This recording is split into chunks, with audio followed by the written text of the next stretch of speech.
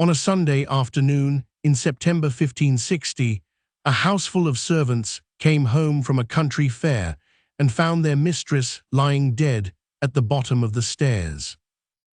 Her neck was broken, there were 2 wounds in her head, and her hood was still in place, neat, undisturbed, as though she had simply lain down at the foot of the steps and stopped breathing. She was 28.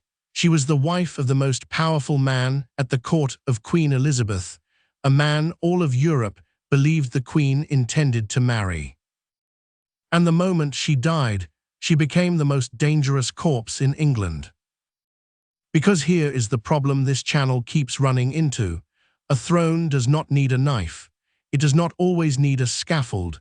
Sometimes all it needs is a staircase, an empty house, and a death that happens to be very, very convenient.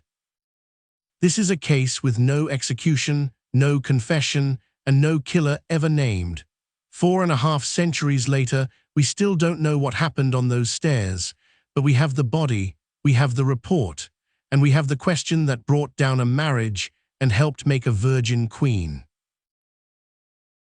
Her name was Amy Robsart, and she had not always been inconvenient. She was the only child of a wealthy Norfolk gentleman, an heiress raised in a strict Protestant household. At 17, she married Robert Dudley, a son of the Duke of Northumberland, 3 days before her 18th birthday, with the boy King Edward VI among the wedding guests. By every sign, it was a love match. One of those guests, a sharp young administrator named William Cecil, sniffed that it was a carnal marriage, begun for pleasure rather than advantage. Remember Cecil, he comes back. Then the Dudleys fell. Robert's father overreached, was executed, and Robert himself was locked in the Tower under sentence of death. Amy was allowed to visit him there. They came out the other side poor and out of favor, and they might have stayed that way, an ordinary disgraced couple, if not for a single event that changed everything. In November 1558, Elizabeth became Queen of England. And she made Robert Dudley her master of the horse, then, very quickly, her favorite. They had known each other since childhood. He was given a bedchamber near hers. They rode together, danced, were inseparable. The court watched, and the court talked, and the talk was always the same. The Queen was in love with a married man. There was only one obstacle.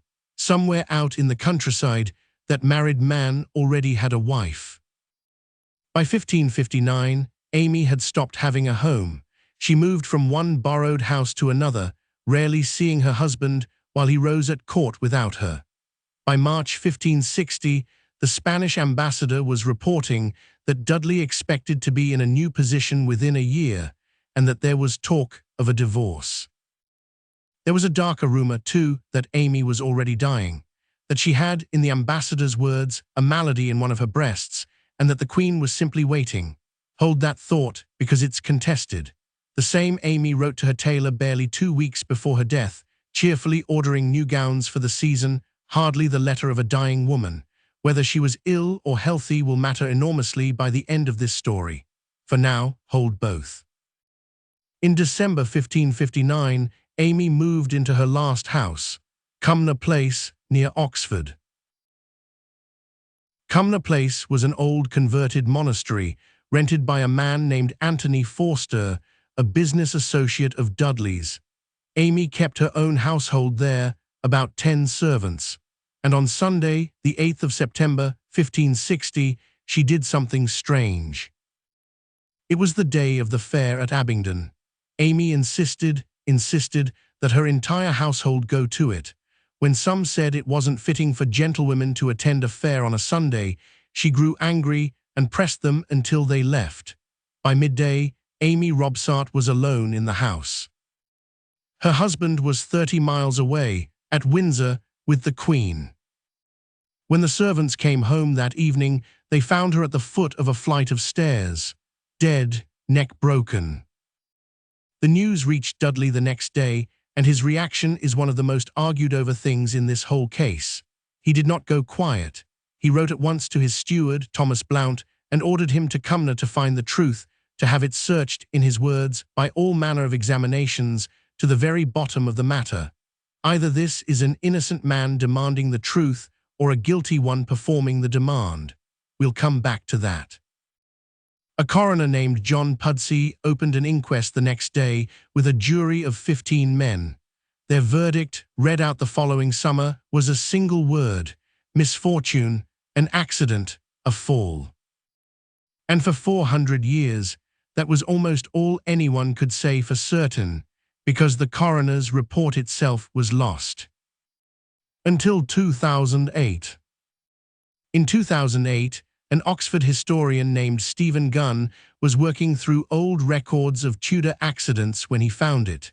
The original report, buried in the archive, unread for centuries, and it told us, for the first time, exactly what the jury saw.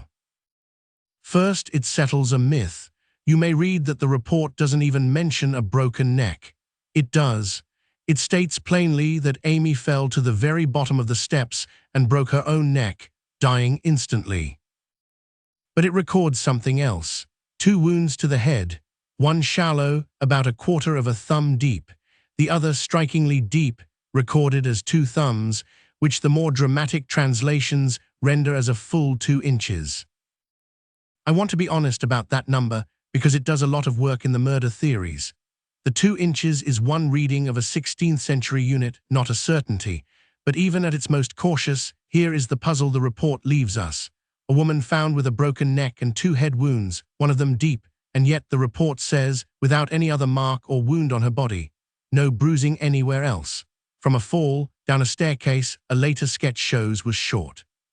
8 steps, a landing, then 4 more. That is the whole mystery in one sentence. Too much damage to the head and the neck, too little damage to everything else. So let's do what a detective would do. Let's put up the board. Suspect 1, Robert Dudley, the husband with the most obvious motive in England. His wife's death freed him, in theory, to marry the Queen, and some things look bad. He reportedly asked that the jury be discreet men. Years later, his household accounts show gifts of velvet to the jury's foreman. But be careful, those gifts came roughly 6 years after the inquest and need not relate to it at all. And here is the logic that makes most modern historians let Dudley go. Murdering Amy was the single worst thing he could do for his ambition. A suspicious death wouldn't clear his path to the throne, it would block it forever. As one historian put it, even a far duller man than Dudley would have seen that murder makes the marriage impossible, which is exactly what happened. If Dudley did this to marry Elizabeth, he destroyed the very thing he was killing for. Suspect 2, and this is where it gets cold, William Cecil, the Queen's principal secretary, the man who'd sneered at the wedding 20 years before. Cecil hated the idea of Elizabeth marrying Dudley, a man whose family had been executed for treason. And there is one genuinely chilling fact. Before the news of Amy's death had even reached London, Cecil was already telling people she was going to be killed. When the dust settled, the person who benefited most was not Dudley, whose reputation was wrecked, but Cecil, whose rival was now permanently unmarriageable. The historian Alison Weir has tentatively floated Cecil as the organizer, strongest motive, biggest beneficiary. Follow the power, as one historian says, and it all works out for Cecil in a way that, if he didn't plan it, looks like he did. But I have to flag it. It is a theory. The counter-argument is strong. Cecil would have been risking the Queen's reputation and his own neck, and the ambassador who reported his words was a hostile source. Which brings us to the suspects, who aren't people at all. Suicide. Amy's maid said she had heard her mistress pray to God to deliver her from desperation. She sent the whole household away. She was agitated that morning. To some, that reads like a woman arranging to be alone. But against it, suicide was a mortal sin that would disgrace her family and damn her soul. And one surgeon who studied the case argued that nobody, then or now, chooses to die by walking down a short, broad Tudor staircase. It doesn't work as a method. And finally, accident. Here's where that contested illness comes back. In 1956, a surgeon named Ian Aird proposed that if Amy really did have advanced breast cancer, the disease could have weakened her spine to the point where a small stumble, even just walking, could could snap a fragile vertebra, a spontaneous fracture, a woman who didn't fall to her death so much as died and then fell. Medically, it is the tidiest explanation we have. And it depends entirely on whether she was truly ill, which, remember, we cannot prove. Here is the strangest thing about this case. It almost doesn't matter who did it. Because whatever happened on those stairs, the consequence was the same, and it was enormous. Elizabeth had the death declared an accident, and then she did the one thing that tells you how dangerous the corpse was. She pushed Dudley away. She had to. The scandal had already crossed the channel. Her enemies in every Catholic court in Europe were repeating the same story, that the Queen of England's lover had murdered his wife and that she had let him. That story hardened over the centuries into something that looked like fact, but wasn't. A hostile Catholic libel in 1584 named one of Dudley's men as the killer. 200 years later, Sir Walter Scott turned the whole thing into a novel, complete with a rigged trapdoor at the top of the stairs. Most of what people think they know about Amy Robsart's murder comes from a libel and a work of fiction. Neither is evidence of anything. But here is what is real. The marriage everyone feared never happened. It couldn't. Amy's death didn't open the door for Dudley and Elizabeth. It slammed it shut and bricked it over. The Queen who might have married her favorite became something else entirely. The unmarried, untouchable Virgin Queen married to England alone.